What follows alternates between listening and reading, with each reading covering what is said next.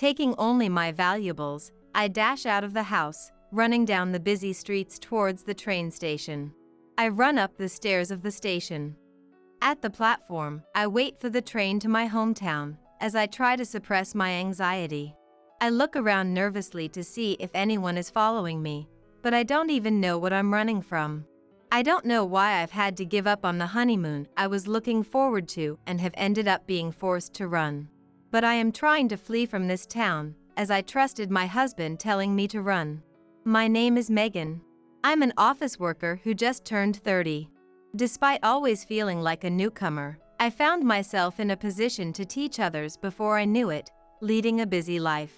I have a fiancé, Bob, and we're getting married next year. Bob is my colleague at work and 3 years younger. He's so mature and reliable that my colleagues often tease me, saying, "We can't tell who's older." He's a man who commands trust from superiors and subordinates alike, handles household chores flawlessly, and I think he's an ideal partner for marriage. Except for one thing. One weekend, we needed to visit my in-laws' house together. As we open the door to the living room, 2 women are relaxing, sipping tea. "Welcome home, Bob." "Welcome back, Bobby." Ignoring me completely, the women greet him with sparkling smiles, and Bob sighs. "Why is Catherine here again?" "Well, Catherine is like a daughter to us, right?" "Right, Mom?" "Oh, if I become Bobby's wife, I'll really be your daughter." "Oh, how wonderful." Bob sighs again as my mother-in-law and Catherine start giggling and making a fuss. I was filled with the urge to go home right then and there. Catherine is a neighbor of my in-laws and Bob's childhood friend. They've been close since they were babies up until high school.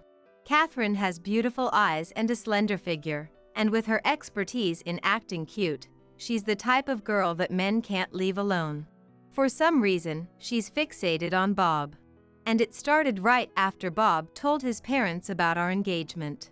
She's been aggressively texting Bob, inviting him out for drinks, and whispering things like, "I'll feel sad if you get married." And, "Didn't you propose to me when we were little?" I felt uneasy at Catherine's assertiveness and asked Bob if he was interested in his cute childhood friend. To that, he made a disgusted face. "She juggled 5 guys at once in the soccer team in high school. In college, she seemed to only date men who had girlfriends or wives. I'm too scared to marry a woman with no sense of chastity like that." "Well, you're right." I was taken aback by Catherine's lack of fidelity, but relieved to know that Bob was not swayed by her. But my mother-in-law is on Catherine's side. She's trying to push me out by flaunting her closeness with Catherine. Apparently, she doesn't like me because I'm older than her son, taller, and work too hard for a woman. She seems to be unaware of Catherine's wildness and thinks that Catherine, who at first glance appears elegant and obedient, would be easy to handle and boast about as a daughter-in-law. Because of those two, we faced the worst possible experience at our wedding, a month later. Unbelievably, Catherine, who wasn't even invited, showed up at the reception. And she wore a pure white dress, which of course only the bride is supposed to wear. Of course, it wasn't as lavish as a bridal gown, but the fact that it was white did not change, and she was the center of attention in the venue in many ways. What was even scarier was that during the reception, she had the audacity to sit at the family table where my mother-in-law was. During our slideshow and even during our friends' speeches, I couldn't help but be bothered by her chatting it up with my mother-in-law.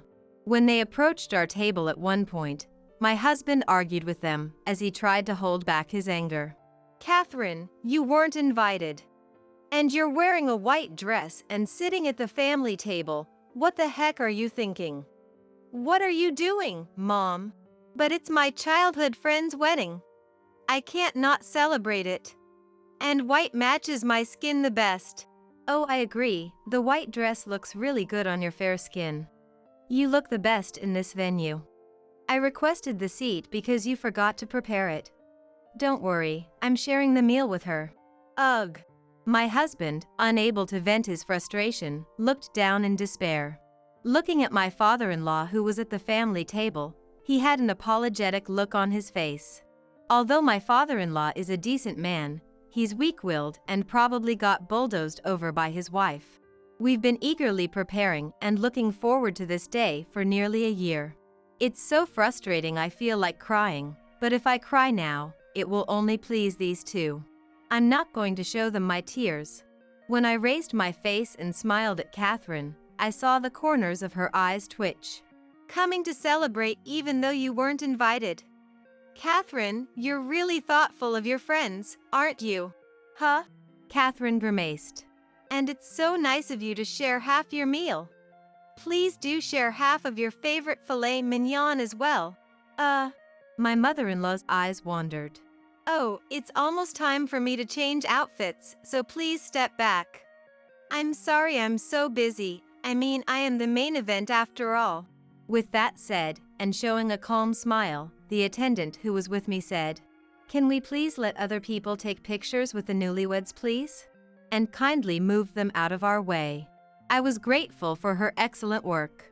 Catherine glared at me for a moment with demonic eyes, but then immediately plastered on a cutesy idol-like smile and left. I'm sorry I'm not the weak woman who would cry and wail. Thanks to the excellent attendant and the staff, the reception turned out all right.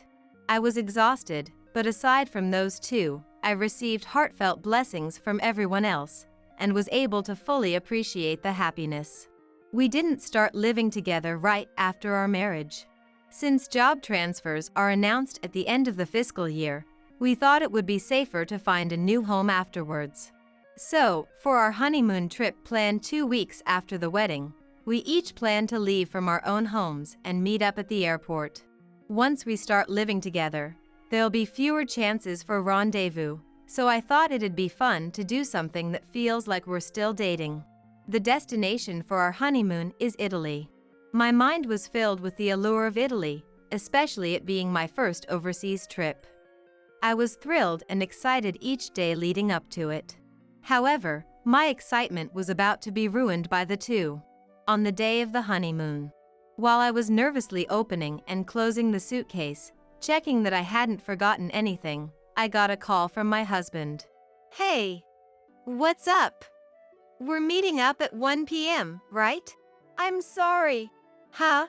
Contrary to my easygoing self, my husband screams in a desperate voice. We have to cancel the honeymoon. Please, don't come to the meetup spot. What? Listen, don't leave the apartment. No, actually leave right now and go back to your parents' home. Please. Wait a minute, what's going on? I'm sorry, I'll explain later. Just leave right now. Stunned, I stare at the phone after being abruptly disconnected. I have no idea what's going on, but my good mood has suddenly gone down the drain after hearing my husband being frantic. Could he possibly be involved in some sort of crime? The mere thought sends chills down my spine. With my legs about to buckle from all the anxiety, I force myself to move and decide to return to my parents' home as per my husband's instructions. Naturally, my parents are in a panic.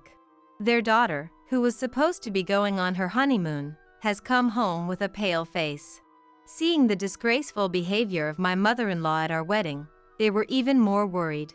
Even if I wanted to explain the situation, I too was at a loss because I didn't know why I was there. Then, I got a call from an unknown number. I sensed something was not right. It was the police. Fearing that I was indeed involved in a crime, I pressed the answer button with bated breath. The police officer, with a much softer voice than I expected, explained why he had called. We got a call about a couple of women screaming and banging on your apartment door. They seemed quite agitated, so we took them into custody. The older woman claims to be your mother. What? Wait, me?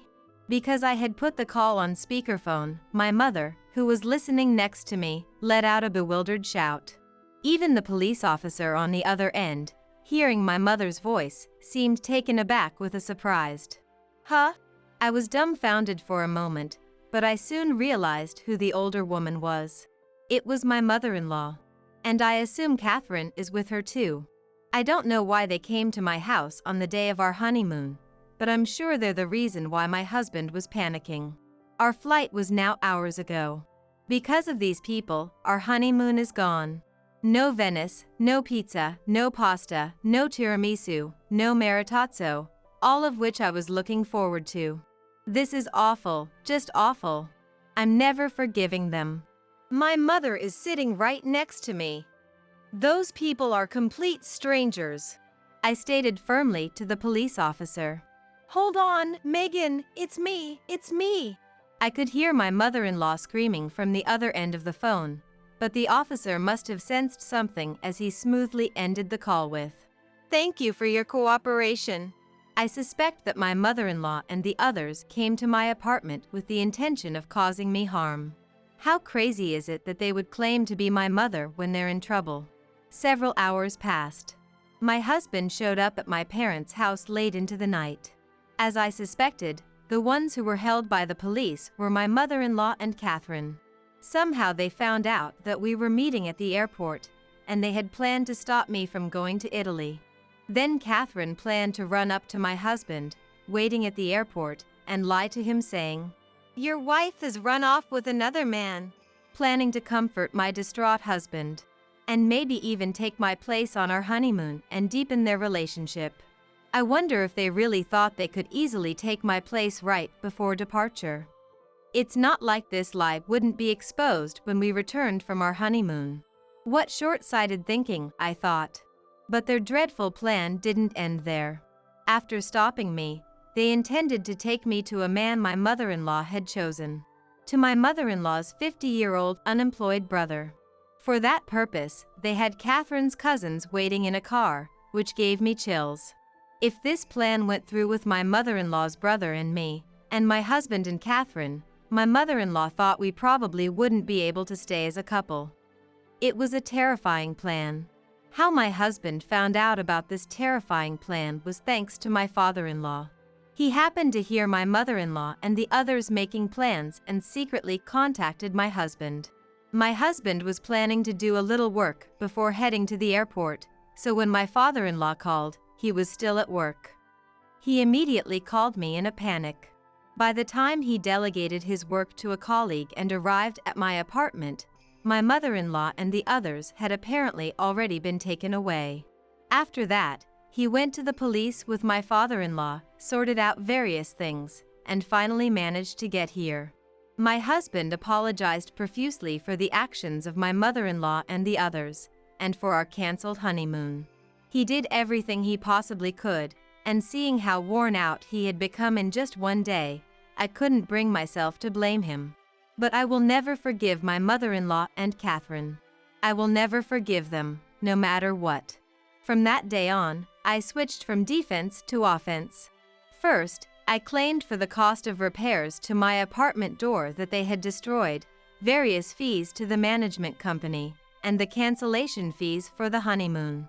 Apparently, they were enraged thinking I was playing hooky and kicked the door, and even hit it with a nearby fire extinguisher. The door was a new high-end one that I had just replaced, so the repair cost was high. I also had splurged on the honeymoon, so everything in total came close to $20,000. Of course, they resisted. "No, I'm not the one to blame. It's Bob who won't admit he loves me." "All I wanted was your happiness, Bob." "Huh. I get it.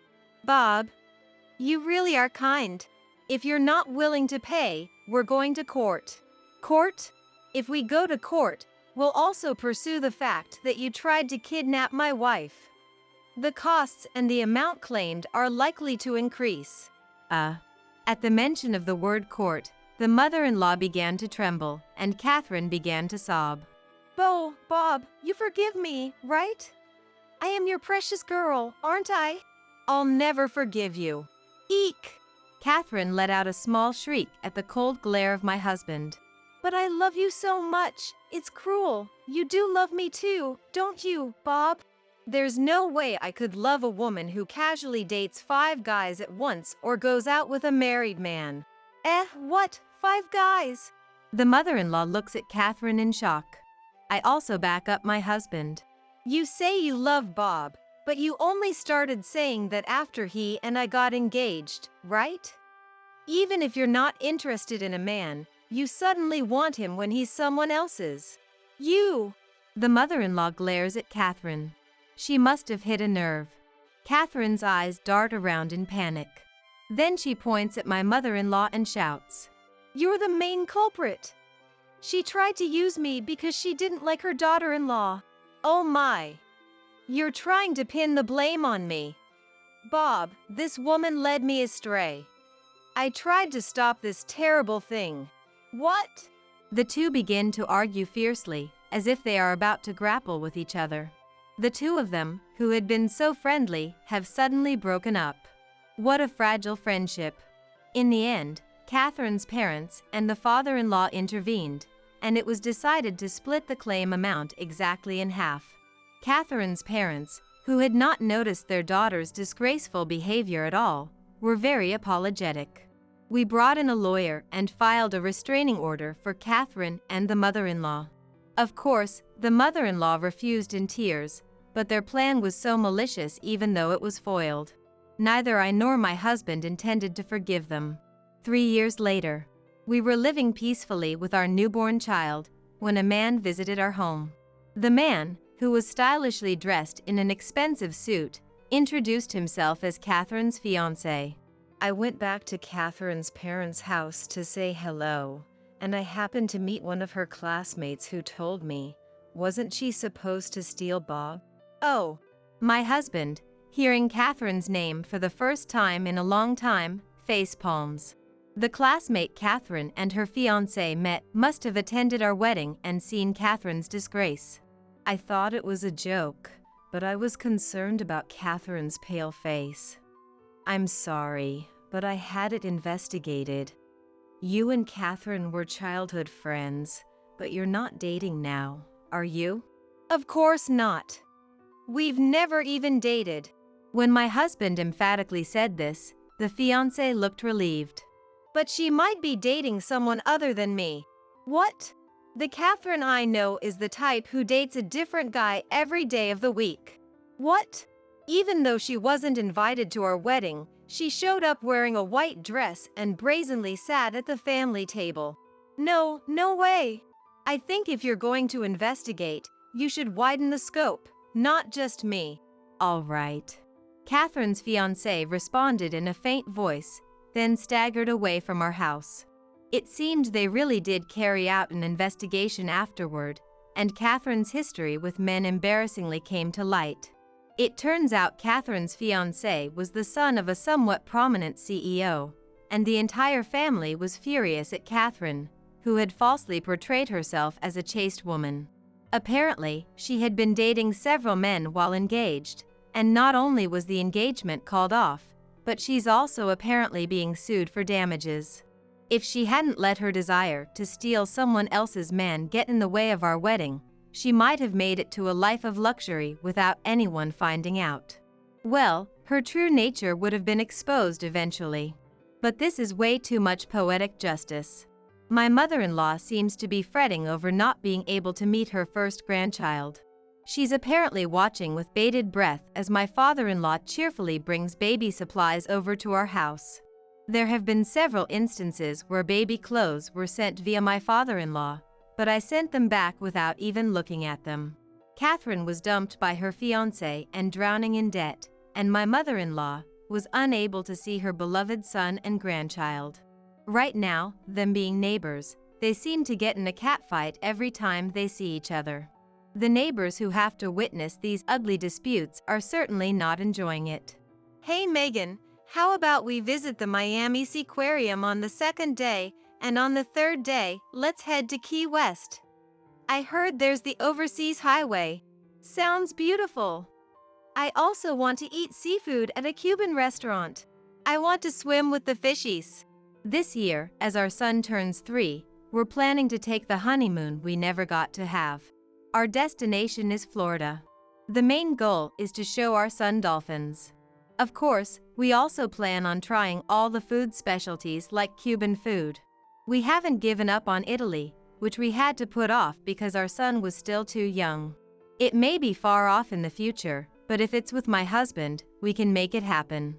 All because I feel so content and happy every day.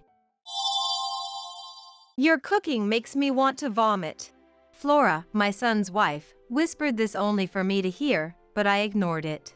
Today is my grandson Frederick's birthday party, and we're planning to celebrate it grandly with relatives invited. I didn't want to be swayed by just Flora's opinion.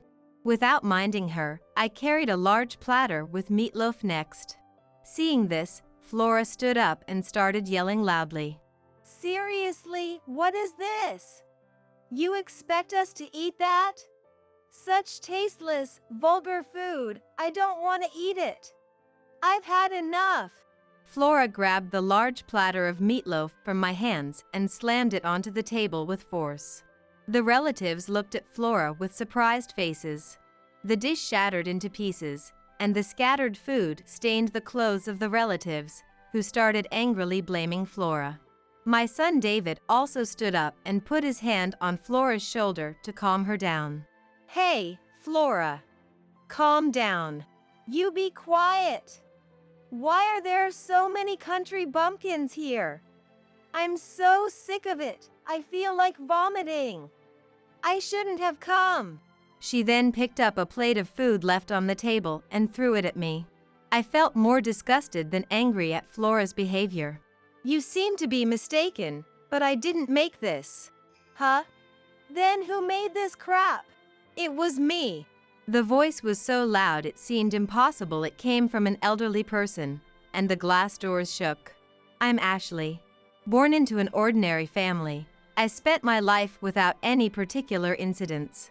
I did well enough in studies, so I didn't have trouble getting into college. In university, surrounded by good friends, I had a fun college life and graduated without issue. I found a job at a local company, and during my busy days, I met the man who would become my husband. It seemed we both had love at first sight. We started dating immediately, and about a month later, decided to get married. My husband was a wonderful person, and I was very proud of him. Our family and friends blessed us, and we had our wedding ceremony without delay, and soon after, I gave birth to our son David. It was my first time parenting, but it wasn't hard because my mother Morgan helped. I thought about how smooth and trouble-free my life had been. But maybe I was getting complacent. Gradually, I began to find life boring. That's when people tend to fall into life's pitfalls. It started when my husband's returns home began to get late. Then his business trips unnaturally increased, and he was away from home more and more. I tried to ignore the doubts swelling in my heart, clinging to the sweet illusion that he wouldn't do such things, but the reality was cruel. I found out he was having affairs with several women. When one of their husbands came to confront him at our home. At first, my husband didn't admit his guilt, but as evidence piled up, he cried like a child. Eventually, we divorced, and I became a single mother, raising David. At that moment, I felt as if my life had ended. I had lived without hardships, never stumbling, so I had no strength to resist. Because I was complacent, I couldn't even consult with friends. I desperately wanted help, but weird pride got in the way. However, parents are there to help in such times. My mother didn't blame or comfort me. She just said, "Ashley, you have me and your friends. But David only has you." Over the phone. With those words, I resolved to raise David properly. To do that, I decided to throw away all my silly pride, rely on others, and raise David with the help of many people. My son never had serious injuries or illnesses, and his grades were excellent. He went on to high school, the local university, and graduated safely. He got a job in a local company, moved out, and became independent. When I looked around David's empty room, I couldn't help but cry. There was loneliness, but more than that, a sense of accomplishment. But there was one thing I worried about for David. Like me, he had never faced any major failures. If he encountered a significant setback in life, could he endure it? That was my only concern, but I was prepared to support David when the time came. After David became independent, I terminated the house lease and decided to return to my parents' house. It was too big for one person and felt lonely, and with my father passed away, I was worried about my elderly mother, my mother being alone. But returning home, I realized my worries were unnecessary. My mother was as energetic as ever, bustling around. Ashley, if you're bored, get moving. Make some money. All right, I got it.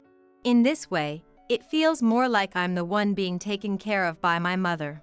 Still, she seemed happy I came back, and when there was no work, we'd spend time together, reminiscing about the old days. A short while after David became independent, he called me. Mom, it's been a while. How are ya? I'm fine, thanks. What's up all of a sudden? Is something wrong? Since David had lived at home and rarely stayed out, having a phone conversation felt somewhat fresh. I was thinking of spending my summer vacation at home. Oh, that's wonderful to hear. Though, don't expect any special treatment. Despite saying that, I was really happy inside. I wanted to ask about his job and how his social relationships were going. Then, I'll call you again when I'm coming back. Sure, I'll be looking forward to it. Be careful on your way here. After hanging up, I immediately started planning in my head. The room over there should be fine, but it needs to be cleaned up. And I need to think about what to cook too. As I was talking to myself, my mother approached me. David's coming back? We'll need to prepare quite a bit then. My mother seemed motivated knowing her grandson was coming. Mom, he's my son, so I'll do the preparations. What are you talking about? That boy loves what I make. I absolutely want to make it for him. Once this happens, my mother won't listen to anything else. We prepared the room so David could relax comfortably and went shopping for groceries. Having something to look forward to is a good thing. It makes the heart light, and somehow, the scenery around seems brighter. And finally, the summer vacation arrived. We went to pick up David from the station and headed home. Seeing David after a long time, he had matured, turning into a full-fledged man. My mother was waiting eagerly at home. We rejoiced at our reunion. The dining table was filled with dishes made by my mother and I. We talked and caught up while eating, and time flew by quickly. When the conversation settled down a bit, David, have you found someone nice? My mother suddenly asked. David blushed and looked down. Maybe he really had found someone. The thought made my heart race uncontrollably. David, don't tell me you really have. Yeah, actually, I've recently started dating someone. My mother and I were overjoyed and cheered loudly. The conversation then centered around his girlfriend. David, though embarrassed, answered our questions properly. It seems she works at the same company, and they hit it off right away. Actually, I came back to tell you that.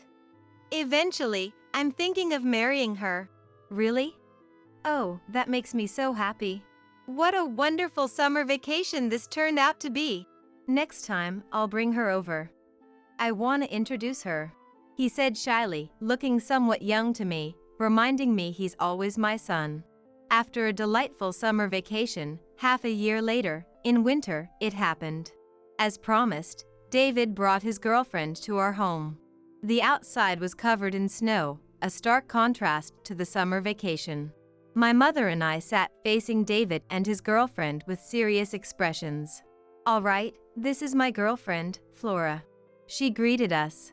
Nice to meet you. I'm Flora. Her first impression was of a polite lady. She seemed a bit shy, but her words were careful, and her expression was kind. I liked Flora right away. Thank you for choosing David. Well, sure. At first, our conversation was a bit awkward. But after a while, the tension eased, and we all started to enjoy the conversation. Seeing them sitting together, I thought they really suited each other. And so I teased them. You two really are a good match. Why not get married soon? But this wasn't a joke. I genuinely thought they should marry. They were embarrassed, but they didn't seem to mind. No, Mom, if you say so, maybe we should just go ahead and get the marriage certificate now. Hee, shall we go get it now? We joked like this. Then, after a while, the two of them got married. The wedding ceremony was very glamorous, and I felt incredibly happy. But there was a small worry in my heart. For some reason, I kept remembering the time I divorced my husband. Even though I know David's different. And Flora is a wonderful person too. Yet, I couldn't shake off this unpleasant feeling. Contrary to my worries, their married life was going smoothly. Soon, Flora got pregnant and Frederick was born. Being my first grandchild, he was so adorable. Looking at Frederick, I thought my worries were finally disappearing. But it was around that time things started to get strange. After giving birth, Flora somehow started to avoid me. I initially thought it was because she was not feeling well after the birth. Yet, when I tried to help her out, Ashley, don't touch Frederick, she would scream loudly. And not just that. Every time I tried to do something, don't. I'll take care of it. Ashley, don't interfere. Why are you doing things on your own? Stop it. Enough is enough.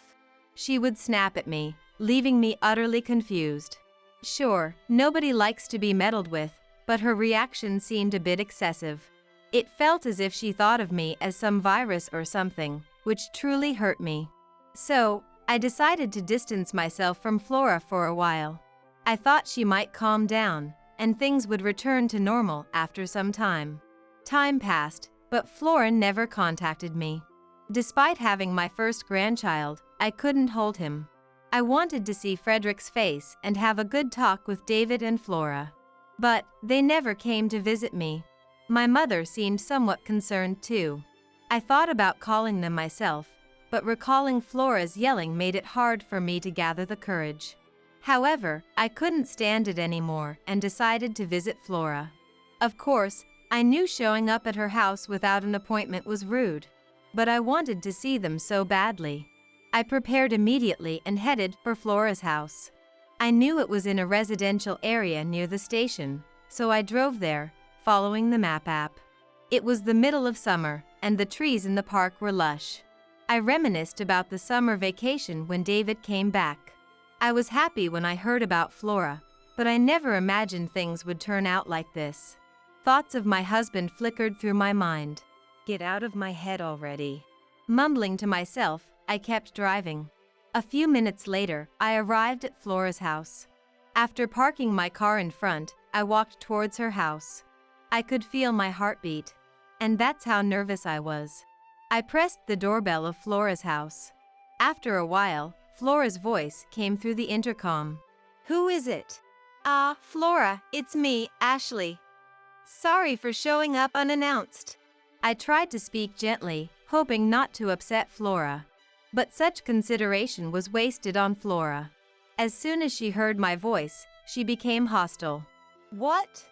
Why are you here? I was worried you might be having a hard time. Shut up. Who asked you to come? Leave. But I wanted to see Frederick's face, and… Shut up. Shut up. If you don't leave, I'll call the police. No matter what I said, Flora wouldn't listen. Fearing she would call the police, I had no choice but to leave. Walking back alone, I headed towards a nearby park. I wanted to see Frederick even for a moment, so I thought of calling Flora to persuade her. It was a hot time in summer, so the park was deserted. I sat on a bench in the shade and called Flora. Hello, Flora? What is it now? You are creepy. Please, I just want to talk. Shut up. There's nothing to talk about. Flora was hysterical as ever. I tried not to be overwhelmed by her voice, attempting to persuade her. I just want to spend a little time together. Give me a break. I'm so fed up. Let me tell you, I've hated you, Ashley, from the start. Flora threw such harsh words at me, it was hard to believe she was the same person. Hate? Did I do something? It's your existence.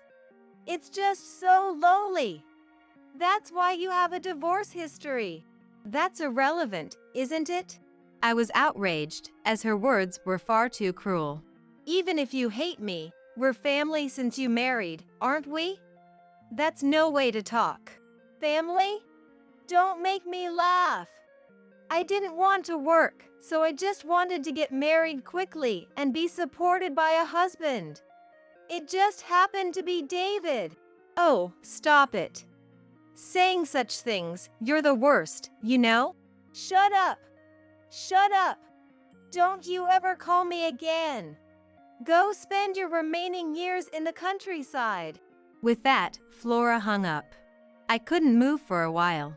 Shocked by how terrible she was and angry at myself for not seeing through her, but it was too late for regrets. Feeling down, I left the park, got into my car, and drove home.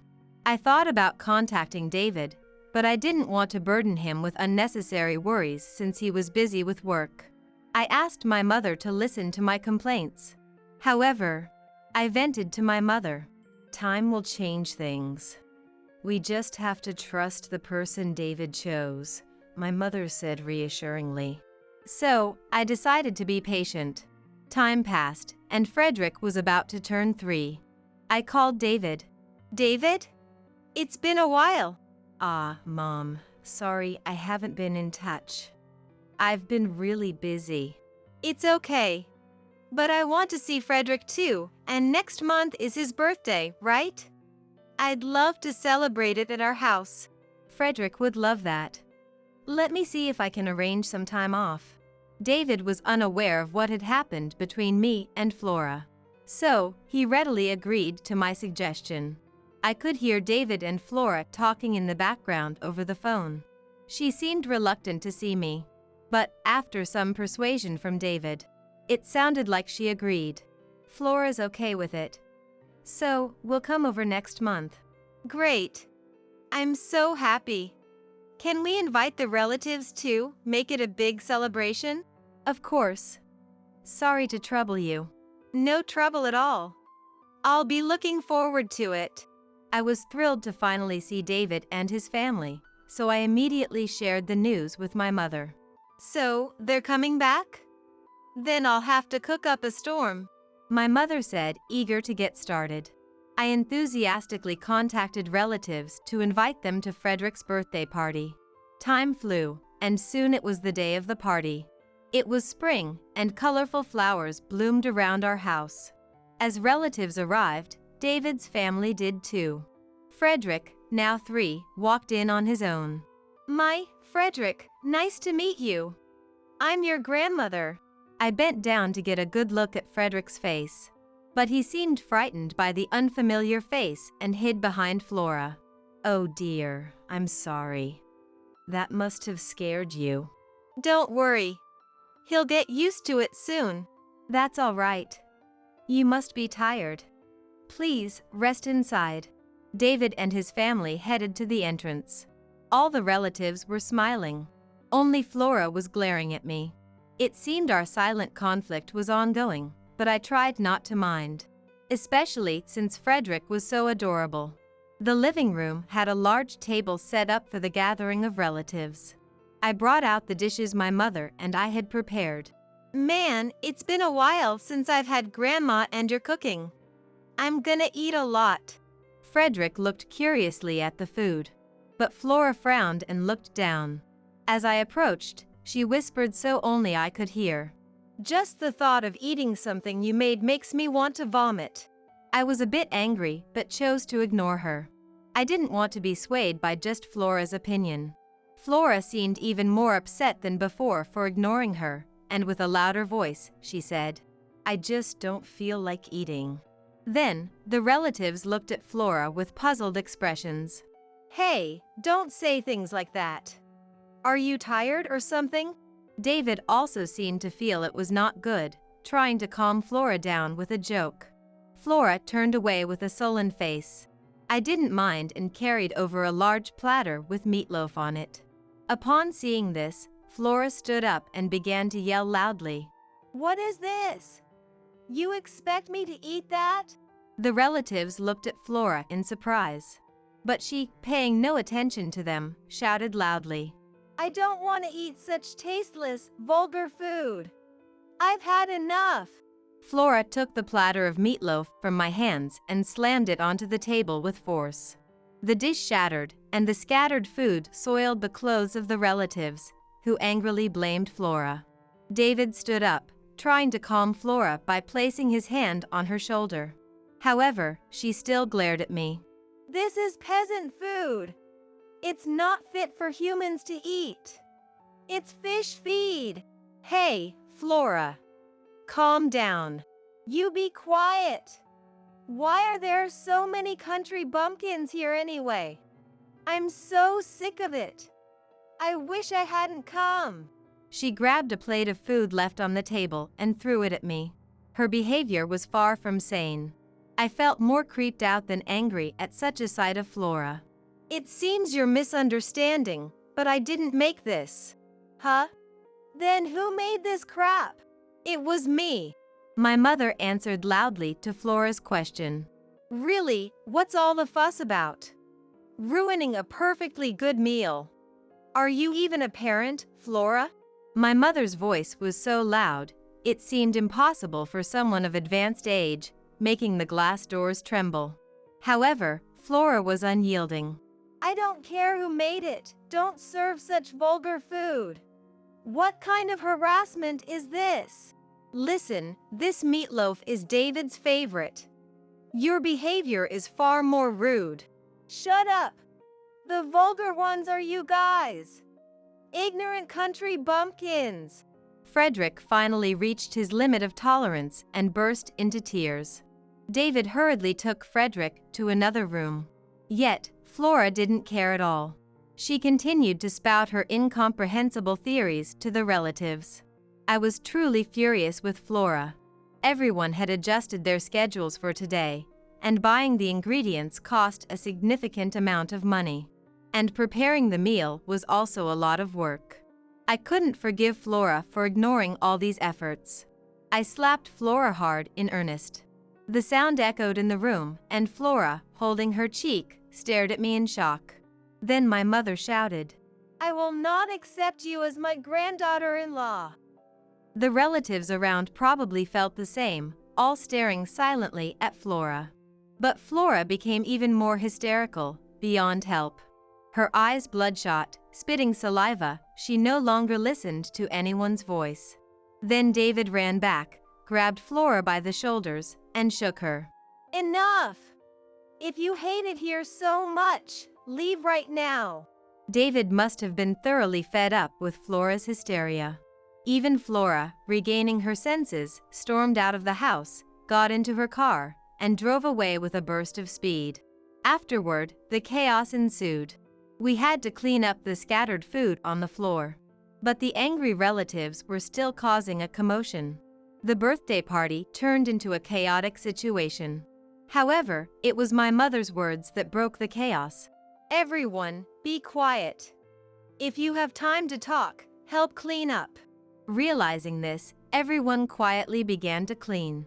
Luckily, the damage to the food was minimal, and there was still plenty left, including another platter of meatloaf. Frederick had stopped crying, so he rejoined everyone. Before we started the birthday party again, I deeply apologized to the relatives. I'm truly sorry, everyone. I apologize for the trouble caused, despite you all gathering here. David also apologized deeply next to me. Please let me apologize as well. I'm sorry for the rude remarks Flora made. However, no one blamed us. Instead, they praised us for speaking up. I'm really grateful to all the relatives. With our apologies, the matter with Flora was put to rest, and we all enjoyed the meal and chatted happily. Frederick ate his meatloaf with relish, making my mother very pleased. The relatives doted on Frederick, calling his name affectionately. Despite the difficulties, the birthday party ended smoothly, and everyone dispersed. We saw off each relative one by one until only 4 of us were left in the house. There's still cleaning up to do, right? Let me help. It's okay. You must be worried about Flora. Why don't you head back? Upon hearing Flora's name, David sighed deeply. Actually, I've been troubled by Flora's behavior for a while now. I thought she was just tired being postpartum, but it never improved. David gazed at Frederick playing with my mother. After pondering for a while, he finally spoke up. After this incident, I've made a decision. I need to reevaluate my relationship with Flora. I might even consider divorce. I wasn't surprised at all. In fact, it seemed inevitable to me. It can't be helped. I thought I was living a smooth life, and then I got divorced. These things happen in life. Thinking back on my past made me a bit sad. I worried that because I had divorced, David might end up doing the same. Well, that's true. But what worries me is Frederick. The custody will probably go to Flora. There's no use worrying about that. What will be, will be. David and I looked at each other and smiled. Somehow, an unfounded confidence that everything would work out filled our hearts. Within a month, David and Flora had divorced. I was worried about the custody, but Flora said, I don't want him. He'll just get in the way of me remarrying. And easily gave up her parental rights. She left David's house and disappeared somewhere. So, her whereabouts are unknown. I decided to move in with David to support him, as he was busy with work. David might remarry someday, but he thought it was better to focus on work for now. My mother stayed at the family home due to old age. However, we make sure to visit the family home several times a year. She looks forward to these visits and seems to be keeping busy. Frederick was lonely for a while after Flora left. But he quickly got used to me, and now he seems very happy. Despite everything, we're living very happy days now.